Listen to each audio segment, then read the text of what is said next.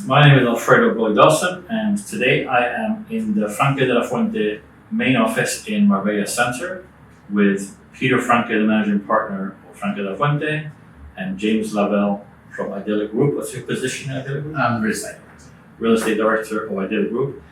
And we are discussing, or doing a deep dive on the topic of tourist rentals. We're doing a deep dive on the topic of tourist rentals and the noise that's come as a result of some of the protests against tourism to see whether these are related. And hopefully as a result of this conversation, we'll come out with a few things that will separate what we know from what we don't know, what's a gray area, what isn't a gray area, and hopefully shed some light on what's happening and what we can expect. So on that basis, Peter, just give me a little bit of an intro about Franke de la Fuente first, just before we go into that. Sure. We're a law firm. We have 4 offices across the coast, in Marbella, in Estepona, in Lavelle, and in Franke now as well. And we're highly specialized in real estate transactions and everything related to that investment, meaning any tax questions that the clients might have, immigration, incorporation of companies for investors, etc. And of course, we are very focused on the international market, so all our clients are international. And Idiliq? Idiliq Group, we've been here on the Costa del Sol for 40 years. We operate across numerous territories in Europe. Ultimately, we're somewhat a bit of a vertically integrated property developer, all the way from inception of projects through design, promotion, build, and then ultimately management after that. And we run a number of hotel rooms. We run about 3,500 hotel rooms globally as well. Okay, so pretty big. So who has to speak to then? A lawyer that's really a specialist in real estate and someone that works for a company that manages tourist units. Yeah, so that's what it is. Right, okay. So first question, just to get things off the ground, the tourist license, would it be fair to say, this is an open question for either one of you, would it be fair to say that the government appears to be cracking down on tourist licenses throughout Spain in terms of what they would say would be the saturation? Do you feel that's a fair point? Obviously, it's a fair comment. Maybe a slight variation on that, which is the government, I think, have instructed the local juntas and kind of devolved that power down into the individual autonomous communities to make those decisions, which I think is potentially some of the source of the lack of clarity that we have around the touristic licenses, the different classifications.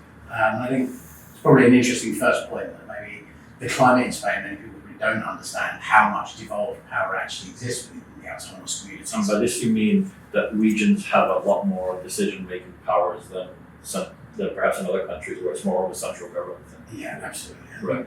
Yeah, I think we've probably seen that the approach taken in other countries has been a little bit more centralised, which has allowed for a different approach to the way that the regulation will pan out over time. But absolutely, it's very clear that the Spanish government is going to take some sort of action, and there are going to be changes in the types of regulation around that market.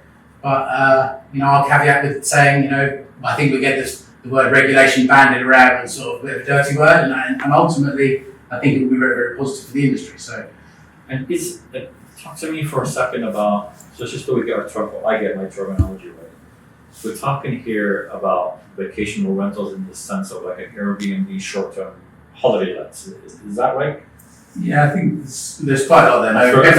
Probably, maybe people can clarify that a little bit more, but there's yes, absolutely, that is definitely going to be one of the flashpoints, but I think generally the sector as a whole, we're talking about transient units. But the distinction being that we're not talking about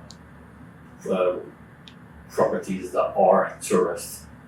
We categorize as tourist properties. Yeah. So I think you have in Spain. You have from an urban planning point of view. I think part of the big discussion is around that ultimately. Marbella in particular, if we're talking about our local market, is we're operating for an urban plan from 1986. We're waiting for the ratification. We think we're very, very close to that coming, and that will probably change the landscape one more time. But there is an urban classification here in Spain where you have residential property and you have residential usage land and you have touristic usage land.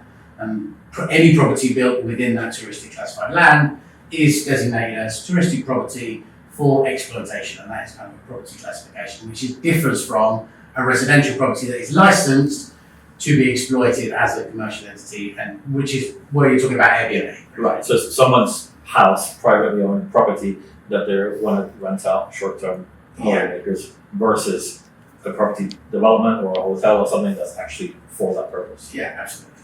So I'm just going to take a slight side conversation here on this because something you were mentioning before we started recording I thought was an interesting distinction is within Idiliq you have basically a whole property complex and you have people that is rented out, but you don't have individual licenses for each property. So tell me a little bit about that just so we understand that this is how. Yeah, so I think that's potentially from a developer's point of view, if I was to put my developer hat on, is when formulating the bylaws for communities and things like that, is going to be a really interesting point that repeaters will shed a little bit more light than I can myself. But there are mechanisms where the touristic license doesn't need to exist with the individual unit. So I think we may see a push in the regulation landscape towards professional, what they've designated as professional rental management companies. Ultimately, I think the first point around that is that the intentions the intentions appear to be from central government that really they're very consumer focused actually at the end of the day. They're looking at how we're going to regulate this industry, not just as a very reactive measure towards people being on the street and voting with their feet, and that's a whole other discussion that we obviously have to be very mindful of, and there's a lot of discussion to be had around that. But the regulation that we're seeing at the moment is around what really designates a unit appropriate to be used as a vivienda uso turístico. So, how many square meters does the unit have per person? Does it have appropriate first aid kits and air conditioning, things like that? So, and all of that pushes towards professional rental management companies. So when one door closes, another door will open. Right. There's, that's really how we potentially see that panning out. And in that landscape, as you mentioned, our site in Mijas Costa, we have singular touristic licenses with a number of named fingers. So the individual owners that own those units don't apply for individual vacation licenses. There's a singular license held by the managing company who services that unit on behalf of the client, and they have a singular license which now denotes all of the properties by finger. So can you have the license of a property that you don't own? Either one of you? Yeah, it's essentially it's an assigned license. You can have the assigned license. You can have the assigned license to operate that property on behalf of someone else. And a lot of the early regulation that we're seeing is talking about who is going to be operating that property, not necessarily the owner of the unit. And that is one of the new changes that were implemented with the new regulation that come. And we have to always, I think we should always mention that we're talking all the time here about Andalucia if we're not changing the subject. Because as James might very rightly put, there are a lot of differences between the regions in Spain. And if you're an international client listening to this, or if you're an agent, you need to start there. We're talking about the regulation for Andalucia. Then there are also some court cases from the Spanish Supreme Court that are also relevant in the interpretation of if you're using how the community of owners might have an impact, their decisions might have an impact for the individual, etc. But when we're talking about Andalucia, the new regulation came earlier this year in February, I believe, and they implemented certain new detailed regulations, and one of them was that they empowered the municipalities to implement the limitations within their municipality that they think were reasonable for the city borders, so to speak. And they also gave the management companies a significant responsibility that we didn't have before. So I think that is something that what James touched on, the professionalism of the market is going towards professional management of touristical apartments. That is actually right now what we see in the regulation for Andalusia. On the subject of property management, am I right in understanding there has also been a recent change that puts the responsibility of compliance on the property management company as opposed to the landlord? Yes, so I think there's a dissemination of powers in a bit of a moving feast of landscapes. Right. Yeah. So maybe from a regulation point of view, Peter has a little bit more to add than that. But No, that's correct. So I mean, so there are. We can try to clarify this as best as we can, but I think we should also add that when they announced these regulations in early February here in Andalucia, and we were able to read these new guidelines or rules actually, they also, I think after a few weeks, understood that maybe we need to clarify this even better and communicate that there will be more information coming to the market to understand it better. We haven't really seen that being communicated yet, so we're still waiting. But there's a distinction between a management company taking care of the full management of the unit, but if there's another company that assists the owner but not really taking the full management, then they shouldn't be responsible and documented as management company within the registry. So I think that's what James commenting on here, that there's also gray zone there.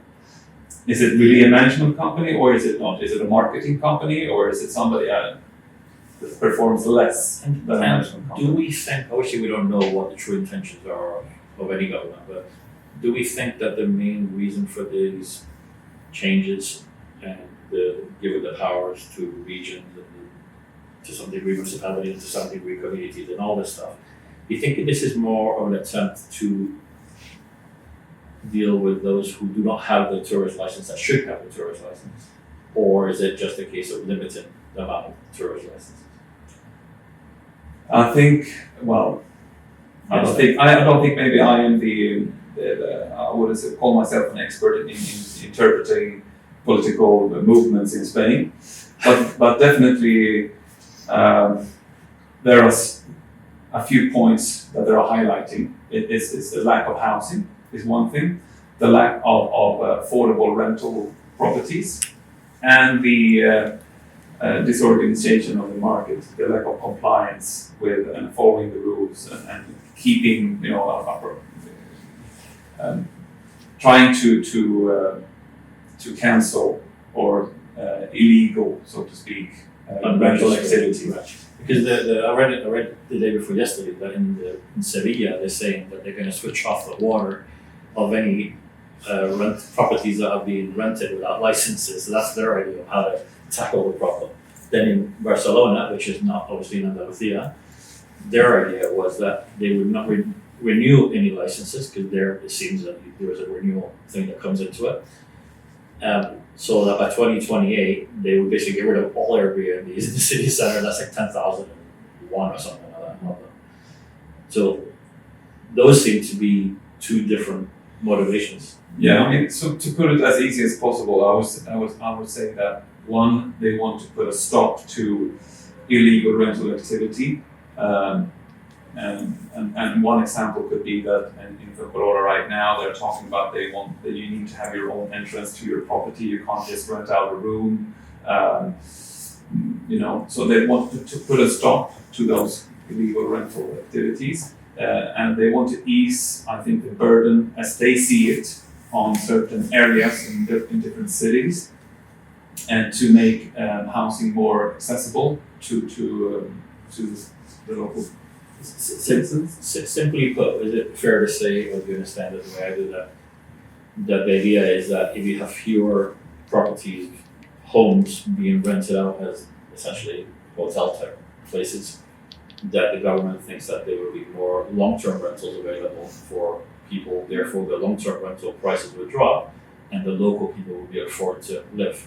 Is that the Yeah, I think that is obviously a thread of thought, but I think we're talking about a maelstrom of, ultimately a perfect storm at the moment. Yes, there is potentially some local sentiment that, of course, a lot of foreign capital going into the markets, etc., does put pressure on those markets, and being able to, if you talk about, your profitability from on a rental basis, what puts a lot of pressure on the long-term rental market is that in the short-term rental market, in the Costa del Sol, for example, due to the sort of seasonality, you take 55 to 60% of your revenue across 3 months of the year in the summer months of the year. So what seems to be a flashpoint, from the people on the street is that they see a lot of empty units and they think this is an underutilization space. I think really the overriding motivation is to improve the quality of life in local communities. And I think that is the right position that the government should take. If the government's not going to take that position for the people, then what's the point in having the government? And that's why it's tricky. It's making the landscape cloudy a little bit because you have vastly different needs, based on a myriad of different factors. Geography, for example. When you're talking about dense urban centres where they've imposed regulations such as rentals can only exist on the lower levels of certain buildings to stop effectively people going up and downstairs all night, that's quite a logical approach to that. And that's very different to our local market here in Marbella, where we're stretched laterally rather than vertically. So if they limit the amount of tourist licenses that they're issuing, wouldn't that mean there'd be more empty places? That's a good question. So as James said here, let's make an example, right? So we have a very common buyer of Costa del Sol. It's coming from another country. They're buying a unit. They want to enjoy that apartment maybe a month every year, or a few weeks, maybe only in the winter, 2 months, and then they know that there's a pretty good rental market here for short-term rentals. So I'm going to rent my property out during the summer. Now, let's say that they can't do that anymore. Will the automatic impact be that they will rent that property instead long term? No, right? I don't think so. Because it means they can't come to it. They can't visit their own So holiday. that's an issue, definitely. So secondly, maybe another question would be then, well, so will that client not buy that apartment because they can't rent it out short term? Will that have an impact of less buyers from certain countries and certain markets? I mean, that's something that I guess have been studied or should be studied at least. But from the eye test from us as being a law firm here and helping 40 clients every month with their transactions, I would guess that we still have those buyers. There will still be buyers that want to enjoy the lifestyle and the quality of life of Costa del Sol. They will not refrain from buying just by that fact. So it's not really maybe solving, I think, that issue, providing others with long-term rental contracts. So in your case, you have a lot of units in the Mijas municipality, right? Mm-hmm. And you've got some property developments. Tell me about some of the developments that you're selling property in. So you got so we have a number of developments in Mijas Costa, new build development on the Calle Veracruz, primarily branded residences. So we operate in the branded residences sector, which is front and centre in this conversation because it's another new variation of the interpretation of properties that do have that hybrid usage between offering hospitality facilities, rental management, and being used for a hybrid rental residential client. I think wholeheartedly agree with what Peter said. A lot of what we see, we straddle that, particularly here in the Costa del Sol, we straddle that line very, very closely. That are clients here to purchase something because they want to be able to rent it, or is that the added bonus? No, I don't believe that it would dissuade the majority of the clients that we see if that legislation changed. What if, for argument's sake, Mijas Town Hall restricted it so that we're not issuing any more licenses, but next door from Girona is saying no problem, well, let's have it. Would you see a situation where people would buy in Girona instead of Mijas Costa for that reason? Yeah, I think you can't take anything off the table there. I think Marbella has taken a very measured approach to that. They've commissioned a real study from the University of Málaga. Because you'll see headline figures, like anything that has this type of political traction that is a flashpoint, you see headline figures banded around all over the place. And some of those figures, personal opinion can be interpreted a little bit disingenuously. When you talk about the amount of VUT licenses, and then talk about what does the percentage of VUT licenses look like within a certain area. So there's 50% of the properties are licensed for short-term rentals. When you contrast that with the occupancy data from someone like AirDNA, which scrapes these platforms, AirDNA is actually how much booking, how much time are these units occupied by short-term rentals. There's a massive disparity. So you'll see that 65% of the units have the license, but the average annual occupancy in that municipality will be 45%. 49.5% is the average for the Costa del Sol in terms of occupancy. That really, I believe, rings true to the conversation that we're having about this hybrid user. Right. A lot of the owners here are purchasing because they want certain types of usage. What you can't buy, and because what you can't buy elsewhere in Europe is that we have 320 days of sunshine and the microclimate that comes from the Sierra Mountains. That's why most of these people are here. That long season, we don't really have the low season across the Dawson. We have really, from the hotel industry, we look at it as peak season and shoulder, but we don't really have a low in this market anymore.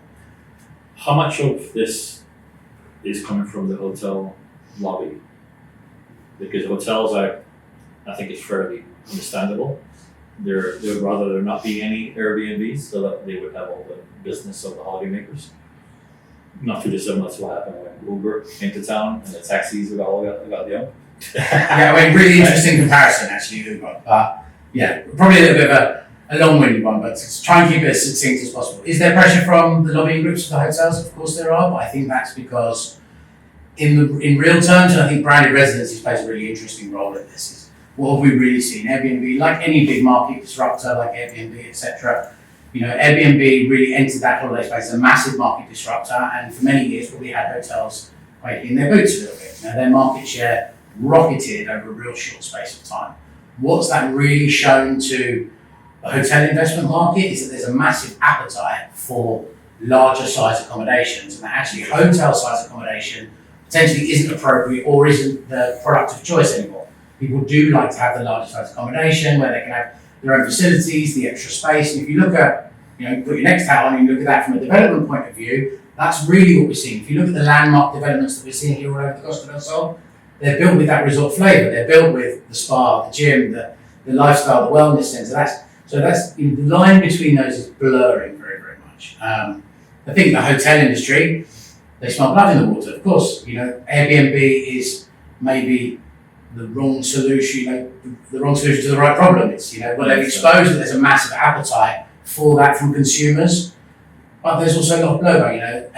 Airbnb bust was trending not too long ago, and there's been a lot of talk about Airbnb and their model and how younger generations are rebelling against hidden cleaning fees. They've had very much a similar trajectory we saw with the low-cost airlines, with the hidden fees and the bundled fees that they had to be regulated out of doing that. That's kind of happening with Airbnb as well. And the move to, the rise of branded residencies from the hospitality sector is they're looking like, okay, the appetite is there for large size accommodations that people want to. We know that the market's there, but they want to have the additional service element to that. And from a governmental perspective, there's a big difference between potentially the rhetoric that we see in the media and, how that kind of spins up in tourists to go home, and the bodies that initiated those movements. And the bodies that initiated those movements had a little bit more of a considered approach than that. There was a lot of conversation around the labour market, unfair labour practices, and dissemination of the money from the tourism industry being disseminated back into the local communities. And that is something very, very different in the hotel sector than it is in your individual Airbnb investment. So ultimately, when they're talking about reclassifying some of these units as tertiary usage, hotels pay significantly more IBI on a pro rata basis, which disseminates money back into the community. We run 900,000 units, but we provide 700 jobs in the house. So you guys. Yeah, so you're talking about lots of money being disseminated back into the local communities and labour conditions. The reason is, so we come full circle here, but you mentioned Uber, and I think Uber, just the kind of gig economy and how the Spanish government approached that is an interesting parallel, because the Spanish government have not been afraid to stand up for labour rights in the face of the world's biggest businesses. And this is probably not too different to that. When we talk about labour conditions for cleaners, etc., that's really high on the agenda of governments. And this very fragmented, decentralised, unregulated approach to property rentals creates holes in things like the labour market for the service personnel, the cleaners, the maintenance guys that are working all hours of the day and over the 8 hours in Spain we'd like to see. And so, there's a lot of motivations around that. And one thing that we sometimes also forget is, and I'd like to bring that angle still on the table, is that in the end, we're also talking actually about property rights as an individual owner. This is, I own this asset. This is a real estate asset for me. What can I do and what can't I do with that asset? Is it my individual right, and weighed and balanced against the community, regional interests, local interests, etc. So we shouldn't forget, and maybe I'm talking now on behalf of a few of my clients, they would probably raise this point. It's my real estate. Why can't I do whatever I want with it? Yeah. It's a very fundamental maybe point, but it shouldn't be forgotten. Just circling back to the branded residence thing. So this is interesting because you guys operate hotels Yeah, correct. and you also are property developers. Now, my assumption was that the trend towards branded residences, the hotel branded residences, which is the main one in the world, really the most common scenario, not so much on the coast side, so was just a real estate, a financial thing. Let's tap into this real estate trend. But now it feels like it maybe is a result of the Airbnb thing. Like the hotels say, look, these people, they're the family of four, they don't want to be in 4 different rooms. They want a house to live in. How can we use our expertise to tap into that? Is that Yeah, absolutely. That's really the core of where that synergy is. It's not wasn't a cynical marketing ploy. You know, there's real value add from hospitality companies into that sector. So we'll give you a house, you can buy it, it's your house, but we'll give you the hotel services. So you get the best of both worlds. That's the essential. Right, okay, I never thought of it from that perspective. And from a legal point of view, here at least in the, we see Andalucia, we got Málaga province, then we have municipalities, and then you have communities. So there's all these different levels, which is, I think, is what's making things more complicated perhaps than they need to be for buyers. Yeah. Because there seems to be a lot of moving parts. Just break down what is the situation as it is now. If you are looking to buy or you're an agent that is dealing with clients and they're saying, I want to buy somewhere and I would like to have the option to rent it out short term to get the VUT tourist license. What is the situation as it stands now legally? Well, legally, you have to fulfill the requirements implemented through this new regulation in February this year, basically. So you have to, first of all, and then from a client's point of view, this is a common question that we have. I'm interested to buy this property. Can I rent it out short term? We start with a very specific due diligence of the rental situation within that community. Is there a prohibition? Are there any votes? Are there limitations, etc.? Are there anything in the statutes that might become a difficulty for you in the interpretation of the regulations, etc.? So there's a regulation for the Junta, but as well, the Junta themselves have now delegated the rights of implementing further limitations to the different municipalities. So am I buying in Marbella? Am I buying in Mijas? Or am I buying in Estepona? And there can be different scenarios because we're still in a pretty early stage. But most definitely, these town halls, they will implement it slightly different. They will have a different approach to this. They might divide the town hall in different zones and different regulations in different zones, etc. But by the end of the day, it will be a tricky situation from a buyer's perspective. They will need to have really good advice from their real estate agent to understand the market. And it could lead to slight confusion because they are not always focused in on one town hall when they're buying property. They're buying Costa del Sol, right? Estepona, Franke, Mijas, Marbella, etc. So I think it would be, I hope that this situation soon enough will become clear, that we fully can understand all the interpretations and the impact of first of all, the regulation improves. So from a legal point of view, we can fully understand how that should be interpreted. And also that it becomes easy to understand, of course, the whatever decisions are made on a municipality level. So that when you have a client, or you have an investor, that they can fully foresee and take smart decisions about their purchases or their investments. I think that's where we are right now. Okay, so let me ask you a couple of straight questions and you can tell me whether there are straight answers for it or whether it's still a gray area. If I buy a property in a development that doesn't prohibit it, and I get in a municipality. Where are you buying? Marbella. Yeah. And I'm buying it in a development in Marbella that property, that community hasn't prohibited it, hasn't added anything to their statutes. And Marbella hasn't limited it, I can still apply, I've got all the paperwork ready. So I apply for that tourist license, the BUT. Then tomorrow, the town hall decides, I said, we're not doing it anymore.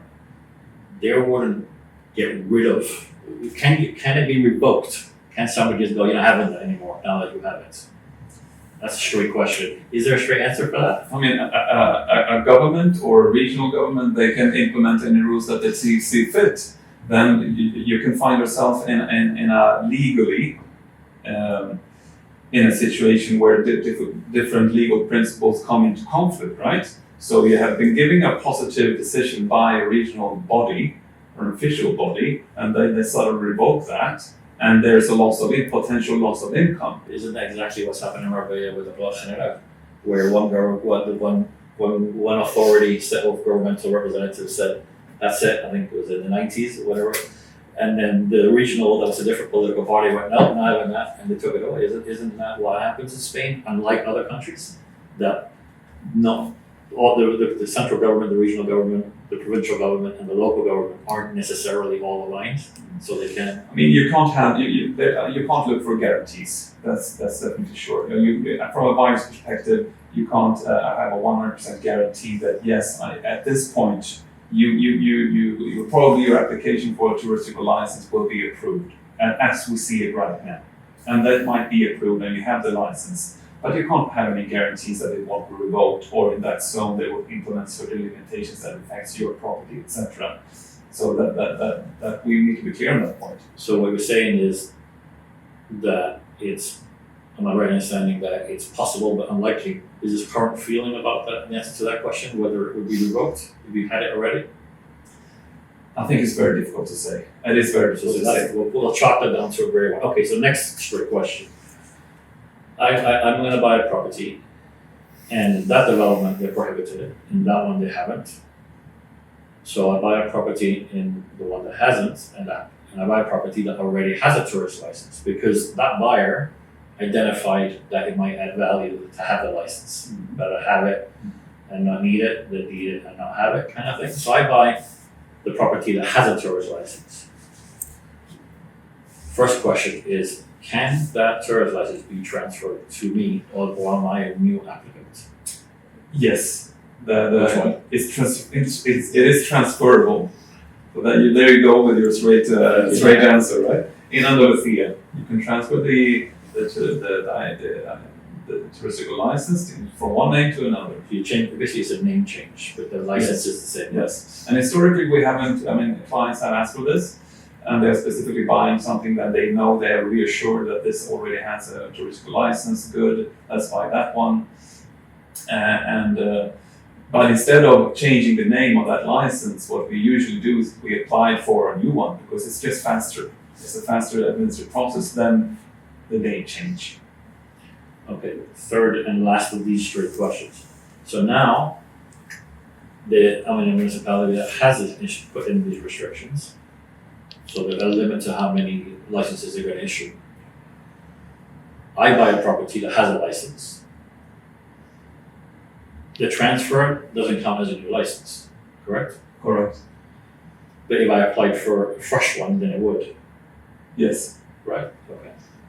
Okay. So I wouldn't, by changing the name, the town hall wouldn't take a view. Well, this technically is a new person, so it's a new license. And these are one of the things that we want to have clarified because it's a very good question. So I'll give you an example again. I am the buyer. I know that this property or the owner of this property, they hold a touristical license. That's good for me, right? So I purchase the property, I become the new owner, and I want to make a name change. Now that takes 6 to 8 months time.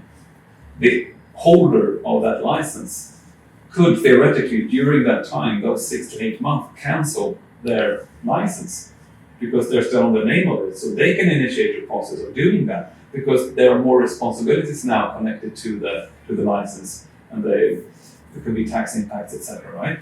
So that has more importance now that maybe it had before. So I think we already have questions about this, and I think we will have even more questions about this. So the more information and the more FAQs and more clearer information we get from the Junta about these small details will be the better.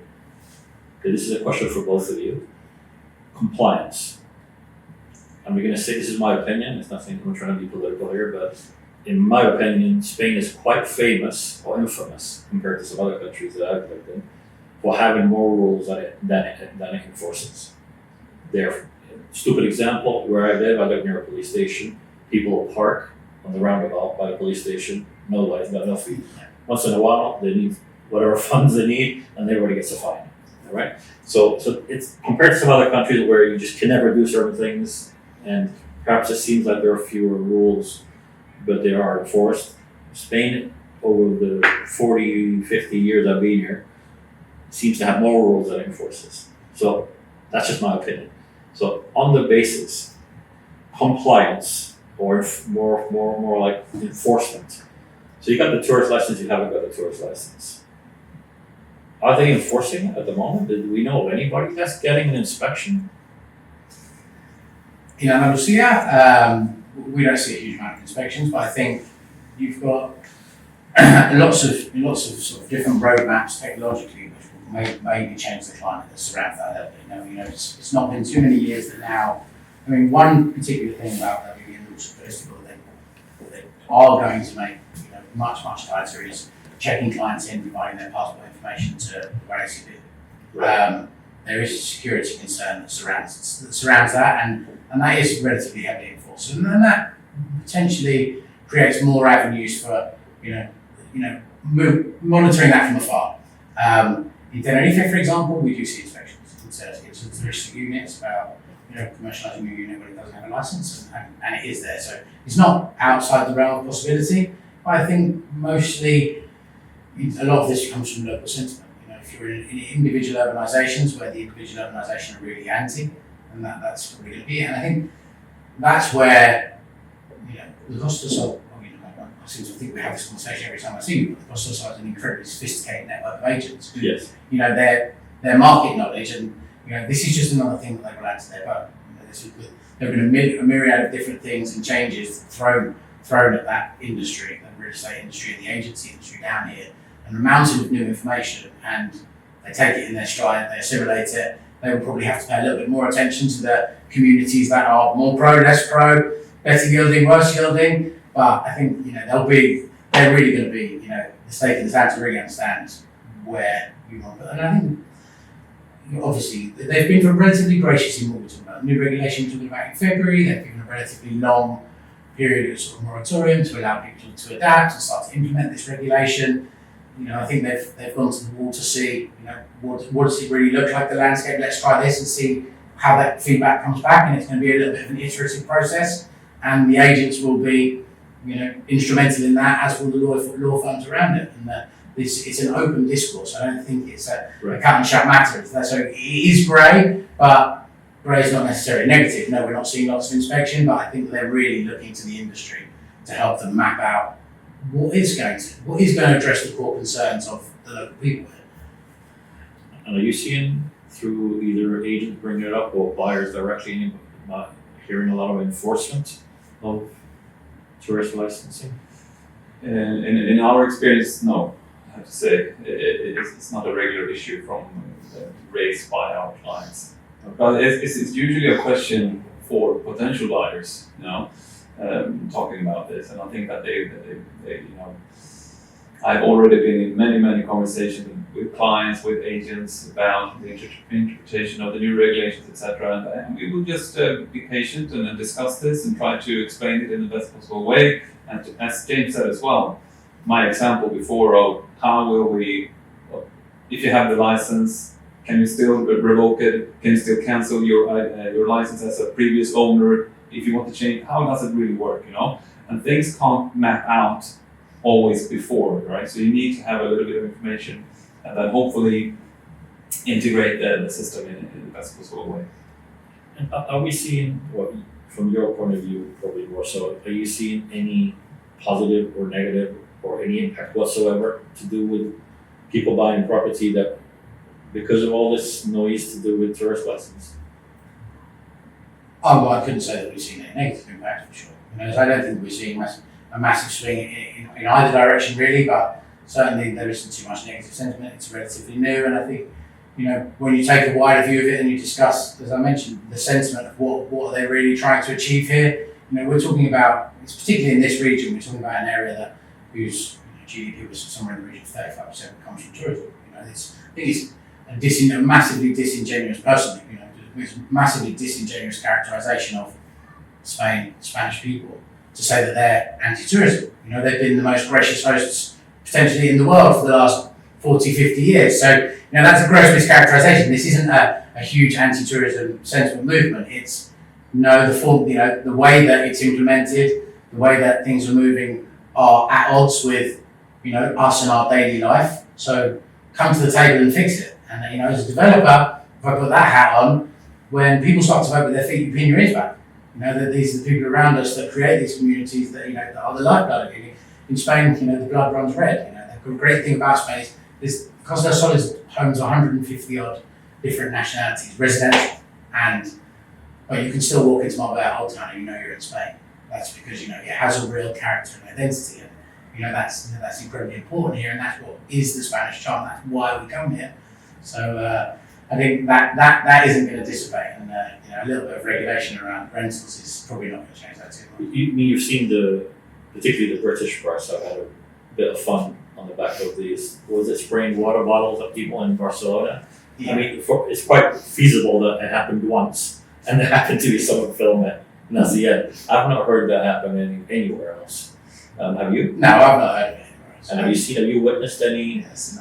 tourists go home type things? No. So I haven't personally witnessed the hostility, but I think it's important to have both ways. I think, of course, we know particularly the British media is relatively sensationalist, and polarising politics is those types of issues get lots and lots of clicks. That's the business that they're in ultimately.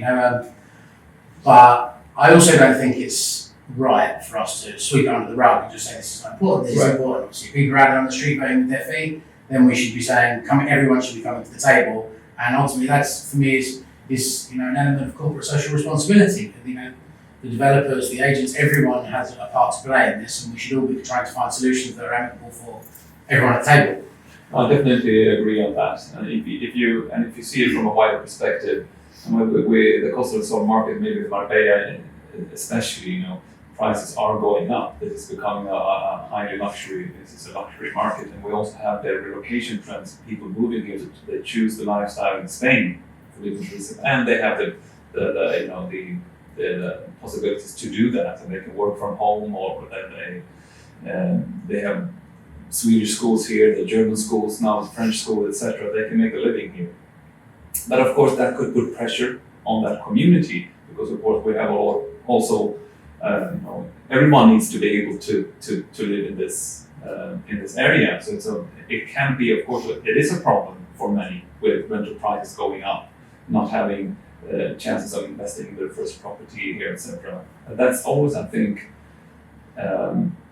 something that you see on certain markets, whether that is Stockholm, London, or now in this case, Marbella. Here's a slightly political question, so feel free to ignore it. But isn't the part of the wider conversation in Spain, at least, is to do with affordable housing? People that just live here, they can't afford to rent somewhere, and then the increases I've witnessed it firsthand. I have lots of friends that have the increases in long-term rents over the last 5 years. Quite often it's a double. Isn't that the government's problem to solve, affordable housing, as opposed to the developers or the tourists? Isn't that their issue to deal with? Yeah, I think I don't profess to be an economist or a politician, but my opinion is on the macroeconomic scale, you're looking here at our individual area, which I'm not in Africa. Also, I think there's a lot of highly charged kind of emotional elements to being moved out of the town. But really, when you talk about where do the governmental responsibilities lie, is we know the Costa del Sol in particular is there's lots more chimney pots than there were, and there's going to come infrastructure implications with that. So we're seeing that, as you mentioned, Sevilla in the water, but we had that problem here on the Costa del Sol as well. We talk about the infrastructure links in the roads. And this is part of the landscape of the devolution of powers. Obviously, we're down here, a little bit PSOE in Madrid. There's a little bit of brinksmanship that goes on there, but I would say the local powers are doing as much as they can to try and force through the spending and the changes to the infrastructure to allow the big infrastructure projects, which will relieve a lot of this pressure. Obviously, better infrastructure, better road infrastructure, which makes commute time shorter, opens up more geographical areas. And the new Marbella urban plan on top of that will bring another 25% more consolidated land from agrarian to urban land, which will open up massive amounts of more space for building. So we're caught in a, what I would suggest a growing pains. My perception at the moment, we're talking about an urban plan that we've been sitting on now for 5-6 years through local and national government. This is a heritage problem from the 80s, and probably revisiting the urban plan was the right thing to do. And as that becomes ratified and a lot more land becomes available, that's going to relieve a lot of pressure because it will bring the construction costs down because the land acquisition costs are incredibly high at the moment. Right. Okay. But is it? You're from Sweden, Peter. Do they have the same issues there? Like, is it like the developer and the foreign buyers that are responsible for making it affordable for Swedish people to live and buy a house? Look, I'm not an economist. I think I should be a professor of economy to answer that question properly. But I think that what we can see at least, and we can state as a fact, is this is not either the government or the private stakeholders on the market. Either it's their responsibility or it's ours. This is a market. It's a real estate market. There are governmental regulations, implications on that market, but there's also private, I think, actors on this market that will find a way to work under those regulations to find the best possible options to provide those products that people need. Like in the they call them council houses. Here they're UVBOs, BPOs, which are like sort of subsidized housing, which is what makes things more affordable for the masses.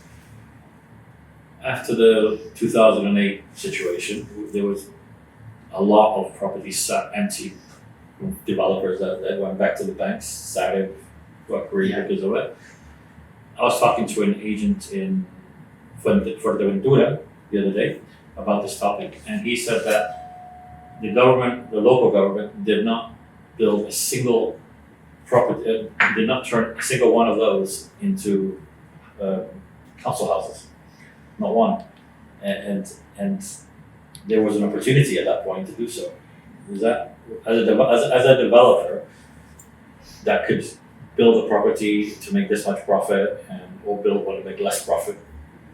You see where I'm coming from with it? Yeah, I do understand where you're coming from this. I mean, the example that you give has probably got lots of complicated market dynamics wrapped around it. You're talking about distressed property assets held by banks, funded by funds. Where is the fiscal pressure for those people? It's not quite as simple as the government, Fix it. Force possession and we'll take that back, thank you very much, this will do me a favour. I don't think it's quite as simple as that. But I think, if you take the UK as an example, there have been lots of times, and here in Spain as well, where, in order to, grease the wheels of, planning commissions, that they incentivise developers in other ways to be able to build lower cost subsidised housing. And that is definitely something that will happen. More so when land isn't at such a premium. Right. That is really a massive struggle. It's while the government owns lots and lots of land, it's how is that land consolidated, and when it's part of one ginormous sort of urban plan, it's chicken or the egg. So is as a developer, are you having to revisit your strategy or plans in any way, or is it business as usual and let's just see where this all goes? Yeah, I think, sort of as I mentioned, you should definitely pin your ears back and you listen and you look at the climate and you want to be involved. You want to take a position that is, favourable to the local economy. And what you have kind of in that developer market in Spain off the back of 2008 is that you really have most of these property developers. There were lots and lots of small property developers around Spain. And really, if you look at the big house builders around Spain, they're in a phase of consolidating that and consolidating the land banks because of the lack of available urban land. Actually, one problem that we don't really have in Spain is relatively sparsely populated, there is a lot of land. So, this is a solvable problem. As we get more efficient in urbanising that land and changing land use, the problem will dissipate a little bit. But, the short term, your roadmap for development projects is much longer scale than it is to be reactive enough to something that is so fresh. So at the moment, business as usual to a point, but it is back and understanding how can we be agile and reactive. What is space? Yeah, absolutely. How about from a legal standpoint? Is there anything you're having to do different in your operation, or more work that you have to do than you had to do before because of all of this? Well, definitely we need to assist clients more on the topic of short-term rentals. That is something that we have seen throughout the year. It's more common now that they ask these questions on an early stage. Basically, can I rent this short-term, this property, yes or no? We put a clause in the contract subject to the confirmation of short-term rental. We make a due diligence basically only on that point. We analyze it as the best as we can. So yes, we've seen that there's more focus on that. It's not a lot. I mean, that's always been an interest of knowing that, but we just have to be more careful now. It's just a little bit more complex at this particular moment. So we're spending a little bit more time on that. When it comes to investments, our clients, we also have, of course, also have a lot of clients investing in properties here. And I think what we will see maybe as a short-term impact is that these investors will look more to develop, renovate itself, rather than maybe to focus on units for short-term rentals at this point. Maybe things clarifies a little bit down the road to come back to those kind of products again. And there are different tax impacts as well that we haven't mentioned here, maybe. Yeah. So that could also affect the So decisions. that would be one positive outcome for the government if people that are borrowing just as an investment, they don't plan on using it as a holiday home, they're not relocating, pure investment. If they didn't buy it to let and instead bought it to resell it to someone who can live in it. So I suppose that would be one win for the government if these pressures achieve that. What do you think?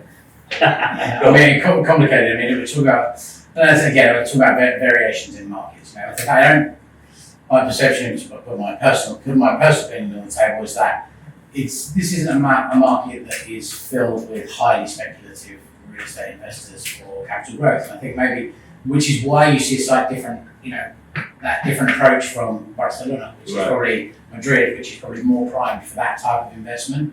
Having said that, you look at the Idiliq data that I had a little news through yesterday, and we've seen 55% capital growth from 2019 to today in the average price per square metre in Marbella. So you're talking huge amounts of capital growth. Where is the real price here? Is it the rental? And that's why we talk about is this going to have the necessary, it's easy to say, but yeah, we think it will have this implication, but is it really going to happen? Because if you're going to be in a market where capital growth has looked so long, has looked so fantastic, are buyers going to be as concerned about what their monthly rental yields look like when they're seeing incredible returns on investment in purchasing a unit across, a 5-year lifespan? And, I don't think there's, you've probably been having this conversation for a couple of years. There's always this, is it going to happen? Is it going to slow down? And it doesn't. Here's something. Yeah, perhaps that's a really good distinction that you made, which is on the books that I saw, this is a lifestyle purchase that may have as a secondary or tertiary motive a little bit of cash, a little bit of subsidized by rentals, but the primary reason you buy here is because you want to enjoy it in some way or other.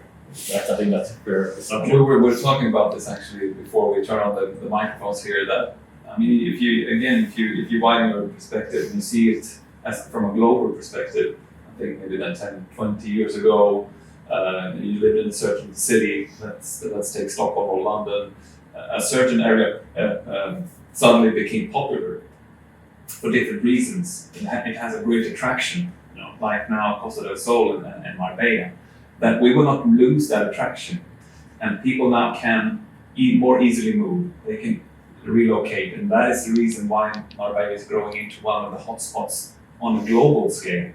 So if you, maybe 10, 20 years ago, you can see these neighborhoods becoming popular, prices go up. I think we're seeing something similar here, but on a global scale. So people are, instead of making the choice of moving from one neighborhood to the other, prices go up and where should I go, etc. We see that now, that Marbella is a very popular part of the world for many different reasons. And I think that the new regulations and the new situation for short-term rentals is just will have a minor impact when you see it from that perspective. Interesting what you were just saying about the cities, perhaps compared to here, and the motivations might be slightly different. It's actually what we saw in Málaga, because in the last 10 years in Málaga city, before any foreigners were buying to live there was a lot of speculative purchases of properties purely for investments, whole buildings here, there, and everywhere. And they have had to look at introducing some sort of restrictions for that reason, because even in some of the outlying areas that are not that nice, long-term rentals probably just have doubles. And there really is a Spanish city where the young Spanish people can't afford to rent in their own neighborhood. So it's a very different thing to what we're talking about here in Marbella and Comercial. So. Yeah, and again, very different animal. But also, without being flippant about it, rough with the smooth. Also, Malaga has seen in the last decade, huge international companies move here and move headquarters here, move offices here. It's created a huge amount of more employment and more affluent employment, shifting where the income from the region comes from. That is a massive shift that we talk about. Again, I don't profess to be an economist, but if you look at the data, the service industry has traditionally provided a huge amount of GDPs in this sector, and Malaga in particular has benefited from other different types of industries moving into the city, technology, banking, etc., and providing opportunity, which ultimately will make a more diverse economy there and will make it more robust over time. We're just potentially in the awkward growing pains phase of that. Well, I think we've hit the end of this route. So, in summary, one thing I want to say to you is that after 3 different interviews, it's the Wyndham Grand La Cala Golf Residences. I've finally remembered the name of your Grand Residences project. So what are your takeaways? Let's wrap this up. My takeaway is that there's a large amount, 70% of noise, 30% of actually something happening. It seems to be more of a drive to regulate and control, and maybe there's an issue with the relevance of tax revenues in there as well, and all that. It's just multiple things. But what makes it perhaps more complicated than it needed to be is the fact that there is so many different levels at which restrictions or things can affect you, from municipal to community level and these are all taking place almost at the same time. So it's a little bit bewildering for people. There was just one set of rules that was coming across everybody to get their head around it, and then the new rule can come. So it's kind of all happening at once. That's my takeaway. What would you say is your takeaway, Peter? Well, I think you summarized it quite well, I have to say. No, I don't think we should exaggerate things. I mean, it's a real estate market right now. Here, there are some changes being made, and of course, when changes are being made, you have to wait a while to see the actual impact, etc. But we have professionals here in this market assisting clients, assisting investors to make the right decisions, to give them the proper information before they buy, etc. And it's our job, actually. It's our job to interpret these new laws and interpret the regulations and give them the best possible advice. So what you see in the media, maybe, specifically maybe some UK, clickbaits, journalism. For us, at least, it's not a big issue. It's something quite normal for a market. Certain things change, and you adjust, and you inform the clients in the best possible way. Yeah, and I think all I really have to that is just in looking at it, it really highlights the robustness of the market. So there are complications there. When we look at the market, we aren't seeing massive reaction from the individual purchasers that are coming here, and then we really take stock of what is the appeal of here. I don't think that it's going to have humongous implications on the activity in the market. Of course, there will be changes, and I think we don't need to be afraid of regulation. In fact, the agency network here on the Costa del Sol are clambering out for regulations to the extent that they've created their own self-regulation. So I don't think we really have anything to fear in that. And I don't think foreign purchasers, to summarise a real quick snippet, in 2023, 2024, Spain led the way for investment, institutional investment from the hotel sector. The highest in Europe was in Spain. So tourism isn't going away. Tourism, is an integral part of the Spanish economy, and then Spain is doing well on a global stage. So we will, we'll find a way through this, and I don't think it's something to be fearful of. There's lots of fantastic professionals that will guide clients through it, and that. Hopefully including us. Absolutely, hopefully including Well, us. with that, thank you very much, gentlemen, and hopefully we'll shed some light on some points and at least identify that if you're confused about certain items, that it's fine to be confused about them because they're not 100% clear yet. Thank you.